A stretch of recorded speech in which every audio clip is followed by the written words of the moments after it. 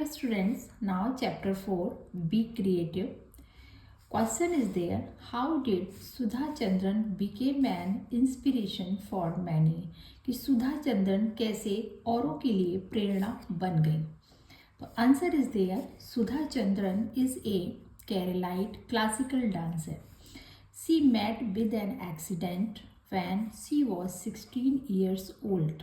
यानी कि जब वो 16 साल की थी तब उनका एक्सीडेंट हो गया था. And got her leg amputated, और उनको नकली आर्टिफिशियल लेग लगाई गई. But the accident did not take away her creative energy and enthusiasm. लेकिन जो एक्सीडेंट हुआ था वो उनकी क्रिएटिव, जो उनके अंदर एनर्जी थी और जो उत्साह था, एंथुजियाज्म मीन्स उत्साह, वो कम नहीं हुआ. She overcame her disability by getting a prosthetic Jaipur foot. और उन्होंने क्या किया कि इस डिसेबिलिटी से वो बाहर आई. आफ्टर 2 years ब्रेक, 2 साल के ब्रेक के बाद, she continue passionate steps and became one of the most popular and acclaimed classical dancer of the country. और उन्होंने क्या किया, 2 साल का ब्रेक लिया. उसके बाद जयपुर फूड से उनको आर्टिफिशियल पैर लगाया गया. और उनके अंदर इतना पैशन था, उनके अंदर ये भावना थी कि उन्होंने पूरे देश में क्लासिकल डांसर के लिए, क्लासिकल डांस करने के लिए वो पॉपुलर हो गई. क्योंकि उन्होंने अपना जो एक्सीडेंट हुआ था जिसमें उन्होंने अपना पैर खो दिया था, उन्होंने उस चीज़ को साइड में रखा, ठीक है, और उस चीज़ को वो भूल गई. और उनकी इतनी लगन थी उनके अंदर कि वो एक पॉपुलर क्लासिकल डांसर बने. तो she has many awards for her amazing step, और उन्होंने इस अमेजिंग स्टेप के लिए बहुत सारे अवार्ड जीते. And honorary doctorate from universities Bareilly Uttar Pradesh, और बरेली उत्तर प्रदेश से उनको ऑनरी डॉक्टरेट की उपाधि भी मिली. तो ये था आपका पहला question. Now question is second, do you like to make I can, I will and I must a slogan for life? Why? Yes, answer है आई कैन, आई विल, मैं कर सकता हूँ, मैं करूँगा, एंड आई मस्ट, और मुझे करना चाहिए. स्लोगन फॉर लाइफ, ये जीवन जीने के लिए ये स्लोगन है. Because it gives me inner strength, क्योंकि ये स्लोगन जो है वो हमें एक इनर स्ट्रेंथ, मतलब आंतरिक जो शक्ति प्रदान करता है. दैट आई कैन डू, मैं कर सकता हूँ. दैट वर्क, ये कार्य. It appreciate me to do much more effort in my life, और अपने जीवन में बहुत सारे एफर्ट करने के लिए, बहुत सारे प्रयास करने के लिए मुझे अप्रिशिएट करता है. And guide me to become a successful person in our life, और हमारे जीवन में हमें एक सक्सेसफुल पर्सन बनाने के लिए भी गाइड करता है. Next question is there, what did doctor APJ Abdul Kalam say to the children? Doctor APJ Abdul Kalam ने बच्चों से क्या कहा? Doctor APJ Abdul Kalam says to children, उन्होंने बच्चों से कहा, you must be ready to experiment, कि तुम्हें हमेशा एक्सपेरिमेंट के लिए तैयार रहना चाहिए. एक्सप्लोर, अनुसंधान के लिए. एंड एक्सेल के लिए. यू ऑल विल एक्सेल, तुम सभी एक्सेल करोगे. If you work hard with determination means दृढ़ निश्चय से. अगर तुम ठान लो तो तुम कुछ भी कर सकते हो. तो इसलिए तुम अगर दृढ़ निश्चय से कोई कार्य करोगे तो तुम ज़रूर उस पर एक्सीलेंट हो जाओगे. If you have different creative talent, अगर आपके अंदर कुछ डिफरेंट क्रिएटिव टैलेंट है, you must keep some time to develop them, और उसके लिए उस टैलेंट को आपको डेवलप करना चाहिए, उस टैलेंट को आपको विकसित करना चाहिए. तो ये थे क्वेश्चन 3. अब आपका है next question. Let us discuss, what did you learn from the above mention story? आपने इस स्टोरी से क्या सीखा? Answer is, we have learned from the above mentioned story about the need and importance of creativity in life. हमने जो ऊपर दी हुई story से ये सीखा कि जीवन में क्रिएटिविटी और क्रिएटिविटी की इम्पोर्टेंस क्या है और उसकी आवश्यकता हमें क्यों पड़ती है. These who search for easy way वे लोग जो आसान रास्ता, इजी माने आसान, वेज माने रास्ते, जो आसान रास्ते ढूंढ लेते हैं, यानी कि शॉर्टकट जिसे बोलते हैं कि हम शॉर्टकट ढूंढते हैं किसी भी चीज़ का, तो and shortcut will find it, और इसके शॉर्टकट पाएंगे, मतलब उन्हें मिल जाएगा कोई ना कोई शॉर्टकट, और हम पास हो जाएंगे, 2 दिन पढ़ेंगे 100% मार्क्स आ जाएंगे, राइट। पर नॉलेज तो नहीं हो सकती। Difficult to come out with flying colours, लेकिन ये जो फ्लाइंग कलर्स हैं, जो आपके सतरंगी सपने हैं, तो ये इनसे आने के लिए आपको थोड़ी कठिनाई महसूस होगी, क्योंकि आपको अगर नॉलेज चाहिए तो फिर आपको हर दिन प्रयास करना पड़ेगा, हर पल प्रयास करना पड़ेगा, उसके लिए कोई रास्ता और नहीं है। Next, why did Nikita bring a butterfly to symbolise her dream? Share your opinion. Nikita अपने ड्रीम को सिंबलाइज करने के लिए बटरफ्लाई क्यों लाई थी? शेयर योर ओपिनियन, अपने विचारों को शेयर करिए। Nikita brought a butterfly to symbolise her dream because she want to come out in flying colours as a butterfly from all her struggle. वो दिखाना चाह रही थी कि वो बटरफ्लाई जो है, जो फ्लाइंग कलर्स है, उसके जो सतरंगी सपने हैं, उनसे वो बाहर आई एंड, और उसने दिखाया कि बटरफ्लाई जो होती है वो कितना स्ट्रगल करती है, कितना संघर्ष करती है। As she was from a poor family, वो एक गरीब परिवार से थी, and her mother was bedridden and Nikita did almost all the household work. उसकी माँ थी जो थी बेड रिडन थी, और उसकी निकिता जो थी ऑलमोस्ट घर के सारे कार्य करती थी।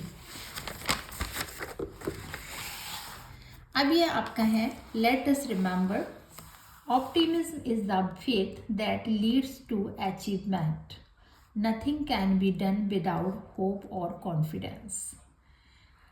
हमें आशावादी पर, ऑप्टिमिज्म मीन्स आशावादी, हमें विश्वास करना चाहिए कि लीड्स टू अचीवमेंट, हमें अपने अचीवमेंट प्राप्त करने के लिए हमें उसको लीड करना पड़ेगा। ये मत सोचो कि रातों रात हम कुछ बन जाएंगे। जो रातों रात स्टार्ट आपको लगते हैं ना, उनकी वर्षों की मेहनत होती है। Nothing can be done without hope, बिना आशा के, बिना कॉन्फिडेंस के कुछ भी संभव नहीं है। हमें उसके लिए, जब कॉन्फिडेंस तब आता है जब हमें नॉलेज होती है, right. Whenever you go, no matter what the weather, always bring your own sunshine.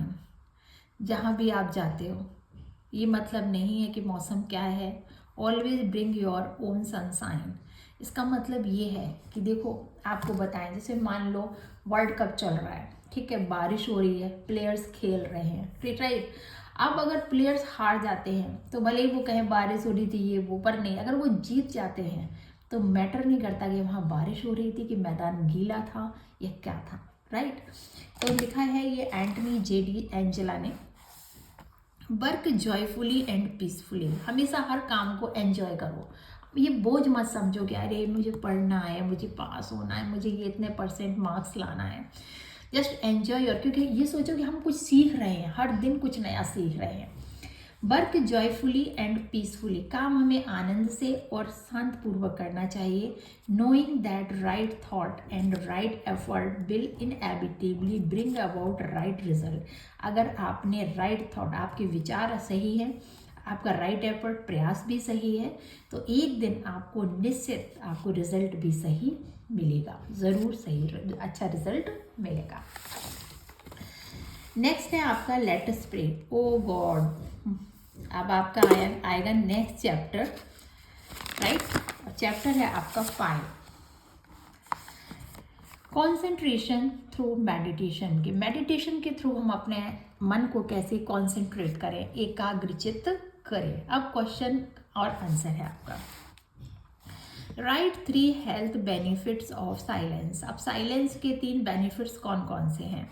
Answer है, the 3 health benefits of silence are in feeling of all goodness, यानी कि पॉजिटिव एटीट्यूड, हमारे अंदर सबसे पहले पॉजिटिव एटीट्यूड होना चाहिए।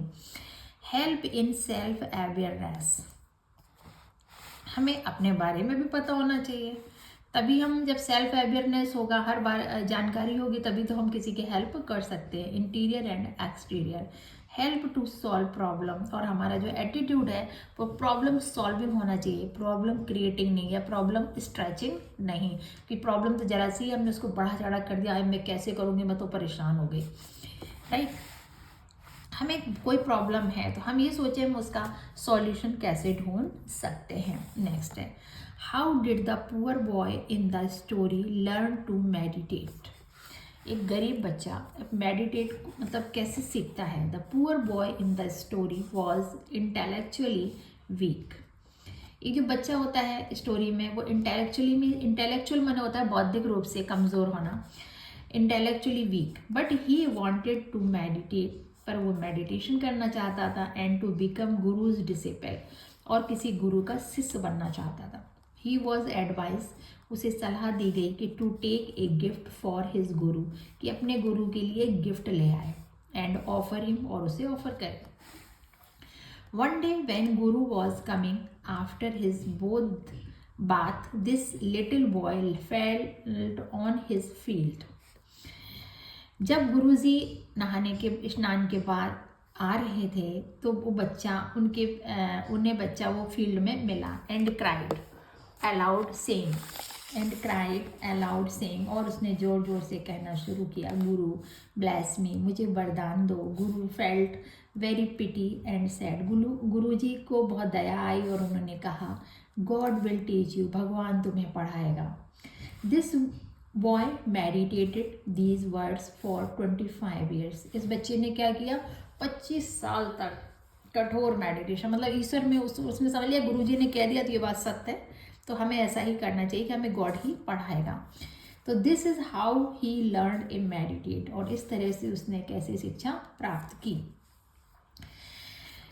नेक्स्ट है आपका, what is meditation. Meditation is an activity, meditation एक एक्टिविटी है which leads to more and more awareness और मेंटल कॉन्शियसनेस ऑफ रियलिटी, जो हमें अधिक से अधिक अवेयरनेस लाती है हमारे अंदर, और हमें रियलिटी से परिचित कराती है। मेंटल कॉन्शियसनेस, मानसिक चेतना आती है।